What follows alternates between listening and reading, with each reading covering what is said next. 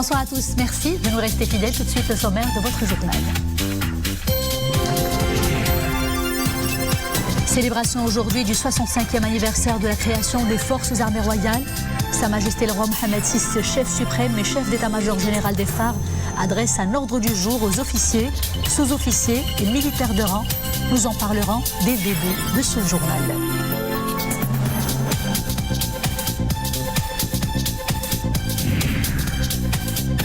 L'anniversaire de la création des Forces armées royales, justement, l'occasion de se remémorer les grands sacrifices que les phares ont consentis depuis leur création, ainsi que leur dévouement à défendre la sécurité et la stabilité de la patrie et son intégrité territoriale, et à protéger la vie, la santé et les biens des citoyens.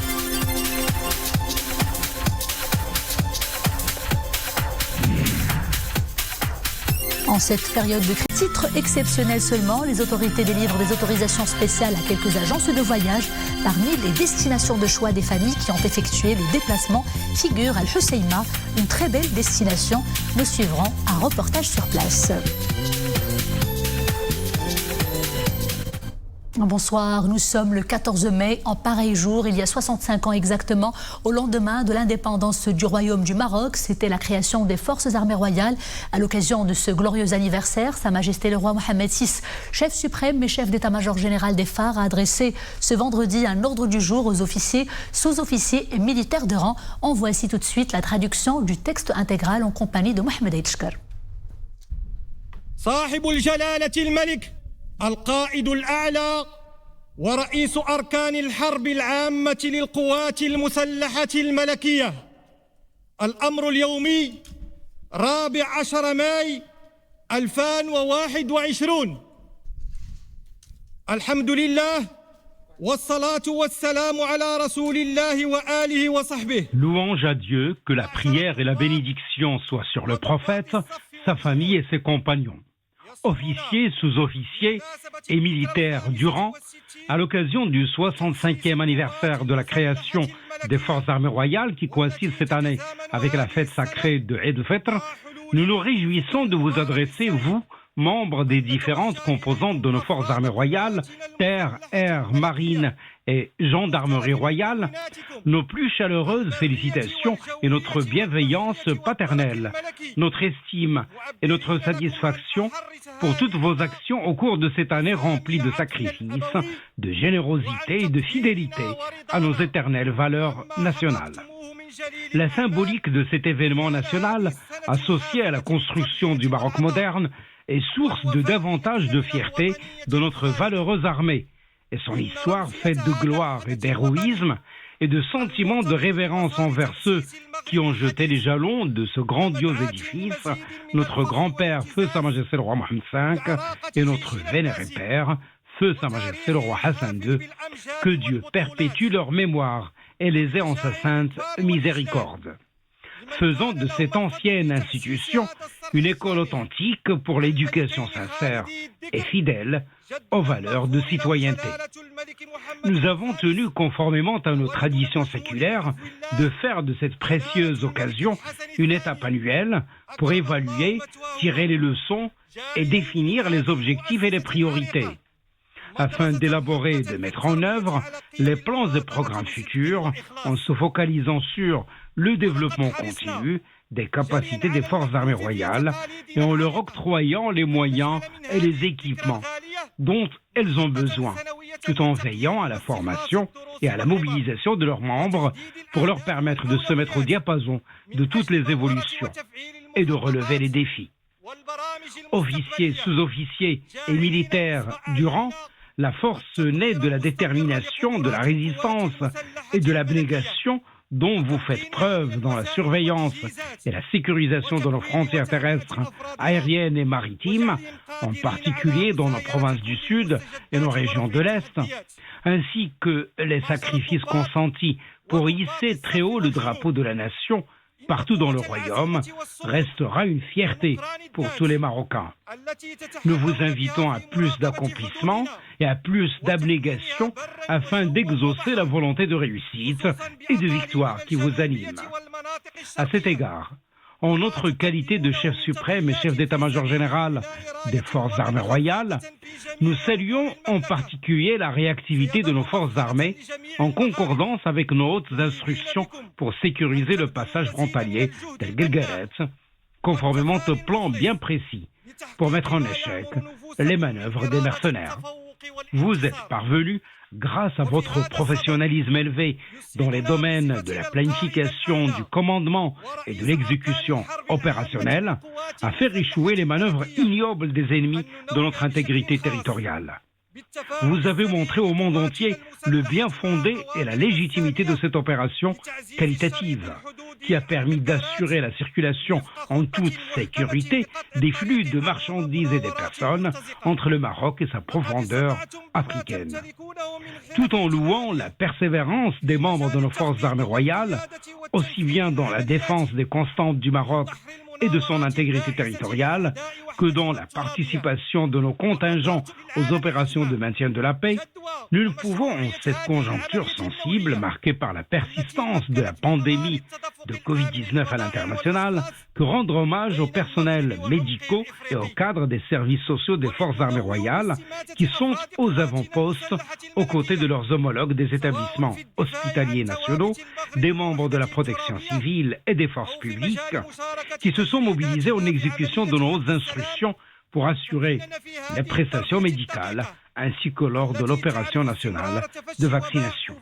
Aussi, et en dépit des circonstances urgentes et difficiles de la pandémie et les restrictions et les contraintes qu'elle a imposées, vous avez pu, comme attendu de vous, poursuivre vos multiples missions avec le même enthousiasme et le même esprit de persévérance, tout en mettant en œuvre les plans à dimension sécuritaire axée sur une lutte plus efficace et efficiente contre la criminalité transfrontalière, sans oublier votre vigilance permanente pour faire face au changement climatique à travers le positionnement proactif des équipes médicales et logistiques multidisciplinaires pour intervenir rapidement en cas d'urgence afin de porter secours et assurer le désenclavement et fournir l'assistance humanitaire et médicale nécessaire.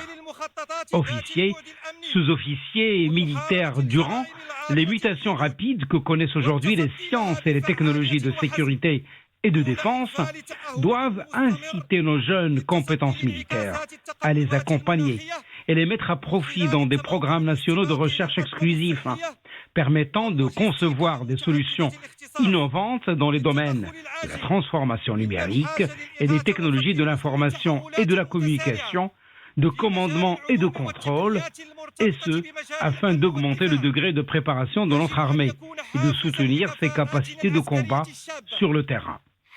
À cet effet, notre haute sollicitude restera liée au soutien de vos efforts et à la mise à votre disposition des équipements nécessaires et appropriés pour vous permettre d'accomplir vos missions dans les meilleures conditions dans le cadre des objectifs que nous avons tracés sur le moyen et le long terme pour que nos forces armées demeurent l'œil vigilant de la sécurité de la nation et le bouclier qui protège son intégrité territoriale, ses valeurs sacrées et ses acquis. Nous continuerons avec la même détermination et la même volonté de renforcer vos capacités et vos qualifications humaines et d'en élargir les horizons au niveau interne et international, et ce à travers les mécanismes de coopération militaire bilatérale et multilatérale entre nos forces armées royales et les différentes armées amies, en vue d'échanger les expériences au service des valeurs de solidarité et de paix internationale pour concrétiser votre honorable capital en tant que partenaire efficace et crédible dans le maintien de la paix dans le monde, reconnu notamment par les Nations Unies. Officiers, sous-officiers et militaires du rang, en ce glorieux anniversaire, nous élevons nos sincères louanges à Dieu pour nous avoir inspiré la foi et la confiance afin de persévérer dans la voie tracée par le libérateur de la nation et le fondateur des forces armées royales, notre vénéré grand-père, feu Sa Majesté le roi Mohammed V, et sur celle de notre vénéré père, bâtisseur du Maroc moderne, feu Sa Majesté le roi Hassan II, que Dieu les ait en sa sainte miséricorde. Implorant le Tout-Puissant de les combler de sa grande miséricorde et de les accueillir en son vaste paradis parmi les prophètes, les saints, les martyrs et les vertueux. Nous prions également Dieu de répandre sa miséricorde sur nos martyrs bénis qui ont sacrifié leurs âmes pour la défense de la patrie, de son unité et de sa dignité, fidèles en cela au pacte sacré de la préservation de l'unité, de la sécurité et de l'intégrité de la nation. Perpétuez, que Dieu vous protège, le legs des aïeuls et des parents qui ont écrit avec fierté et orgueil les pages mémorables de courage, de sacrifice et de fidélité dans la vénération de leur nation derrière votre chef suprême, fidèle à jamais à notre devise éternelle, Dieu, la patrie, le roi. أوفياء دوما لشعارنا الخالد الله الوطن الملك. L'anniversaire de la création des forces armées royales est l'occasion de se remémorer les grands sacrifices que les phares ont consentis depuis leur création, ainsi que leur dévouement à défendre la sécurité et la stabilité de la patrie et son intégrité territoriale, et à protéger la santé, la vie, la santé et les biens des citoyens. Une abnégation et un courage exemplaire à toute épreuve. Nisri El-Hemdaoui. Ils se tiennent droit dans leurs bottes, face à n'importe quelle épreuve. Leurs actions sur le terrain, ils les mènent avec courage et dévouement, animés par l'esprit de la devise éternelle du royaume, Dieu, la patrie, le roi. Les forces armées royales, toujours présentes, partout, dans les 4 coins du royaume. Elles bravent les éléments et les reliefs les plus vertigineux pour être au plus près des citoyens vulnérables. Pendant les périodes où les besoins en aide se font sentir, les forces armées royales s'organisent en différentes unités et mobilisent l'ensemble de leurs ressources humaines et moyens logistiques. Ici, lors d'une intervention à Ouarzazate, les forces armées royales ont dû recourir à un hélicoptère. Normal, il y va de la survie de certains citoyens. Sous la supervision de la garnison militaire de Ouarzazate, un hélicoptère a été mobilisé pour prêter main forte aux citoyens en période de chute de neige. Notre objectif est de désenclaver la région et évacuer dans l'urgence les cas les plus graves. Les forces armées royales sont mobilisées à travers leurs différentes composantes pour apporter l'assistance nécessaire aux citoyens et aux habitants des différentes communes territoriales de la préfecture de Ouarzazate. À période exceptionnelle, mobilisation exceptionnelle. Les forces armées royales ont brillé par leur engagement durant cette épidémie du Covid-19. Ici, dans cet hôpital militaire de campagne à Ben Slimane, mis sur pied en cette conjoncture difficile, tout un staff médical militaire a accouru au chevet des malades fragilisés par le virus. La vérité, tout le monde ici n'a ménagé aucun effort pour nous prodiguer des soins de qualité. Franchement, on nous a bien accueillis.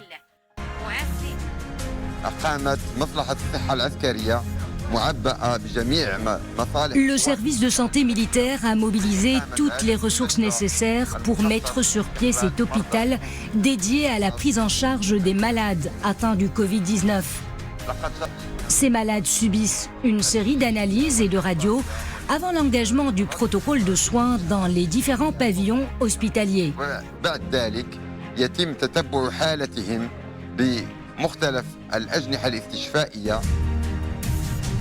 La bataille contre le Covid-19 se poursuit et la mobilisation à cet effet des forces armées royales ne faiblit pas. Elle s'intensifie. Les acteurs en première ligne de ce combat gagnent encore plus en expérience professionnelle à mesure qu'ils continuent à faire face aux plus rudes situations de détresse. Cette lutte contre l'épidémie, les forces armées royales comptent la mener jusqu'au bout, avec abnégation. À Bruxelles, nous apprenons qu'un groupe d'eurodéputés a lancé une procédure formelle d'examen et d'intervention contre les pratiques illégales d'usurpation de titres, de qualité, de logos et d'identité visuelle du Parlement européen. Pratiques illégales menées par le Polisario et l'Algérie dans le cadre de leur lobbying toxique destiné à tromper l'opinion publique européenne et à faire croire à un quelconque soutien de la part de l'UE aux thèses séparatistes. Après la saisine de la présidence du Parlement européen par un eurodéputé belge, suite à la publication par l'appareil de propagande du Polisario et de l'Algérie d'une annonce d'un webinaire sur les réseaux sociaux estampillés d'un faux logo du Parlement européen. C'est tout un groupe d'europarlementaires qui s'est donc insurgé contre ces pratiques illégales. Les eurodéputés appartiennent à différents groupes politiques. Une secousse tellurique de magnitude 4,1 degrés sur l'échelle de Richter a été enregistrée aujourd'hui dans la province de Driewesh. Selon l'Institut national de géophysique, l'épicentre de la secousse est situé au large de la province de Driewesh et il est survenu à une profondeur de 6 km. La campagne vaccinale se poursuit dans les 4 coins du royaume. Le nombre des personnes ayant reçu la première dose atteint 6 040 109 personnes. Le nombre de celles qui ont été complètement vaccinées s'élève à 4 450 986 personnes. Et pendant ces dernières 24 heures, 35 nouveaux cas d'infection au Covid-19 et 399 nouvelles guérisons ont été confirmées. Nous déplorons malheureusement un nouveau décès enregistré à Chichaoua. Les cas actifs sont au nombre de 3009. Ceux sévères ou critiques ont atteint 207. 13 patients sont intubés.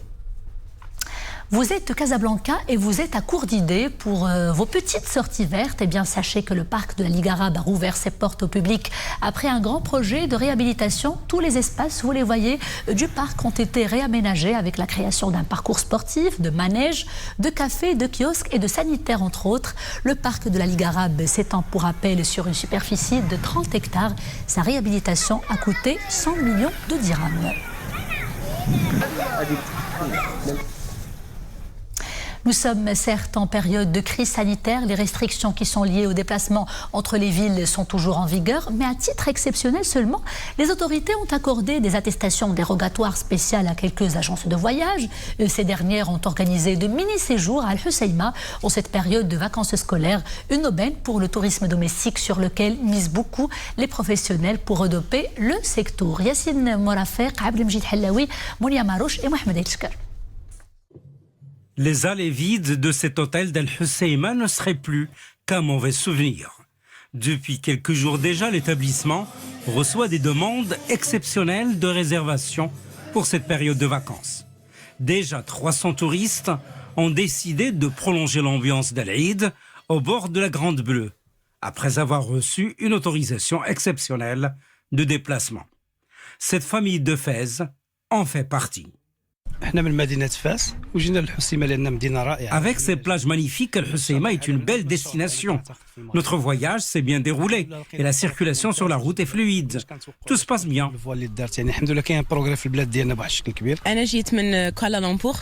J'arrive de Malaisie, il y a beaucoup de choses à voir dans notre pays. Al-Husseima regorge de paysages époustouflants et d'une nature exceptionnelle. Nous résidons à Tanger. Et nous avons choisi de venir à Al-Husseima pour ce week-end exceptionnel afin de découvrir la route touristique qui est magnifique entre Tanger et Al-Husseima et de profiter des activités de la plage qui s'offre à nous ici. C'est un paysage magnifique. Bref, une lueur d'espoir au bout du sombre tunnel de la crise sanitaire qui a fortement impacté ces professionnels du tourisme. Après une année de vie en apnée, ils commencent enfin à ressortir la tête de l'eau. Là, quelques touristes nationaux sont de retour. Notre activité reprend tout doucement, c'est un bon signe. Pour la reprise, il faut soutenir davantage le tourisme domestique surtout, qui fait vivre plusieurs ménages. Faire revenir les voyageurs, un enjeu essentiel pour booster l'activité économique de la perle de la Méditerranée. Aujourd'hui, les professionnels du secteur misent surtout sur l'accélération de la campagne de vaccination pour sortir du marasme engendré par l'épidémie du Covid-19. Avant de nous quitter, ce rappel, le Maroc qui repasse à l'heure GMT+1 dimanche prochain, dimanche 16 de ce mois-ci, à 2h du matin. Il va donc falloir avancer nos montres, nos horloges et nos smartphones de 60 minutes. Le dimanche à 2h, eh bien, il sera donc 3h du matin.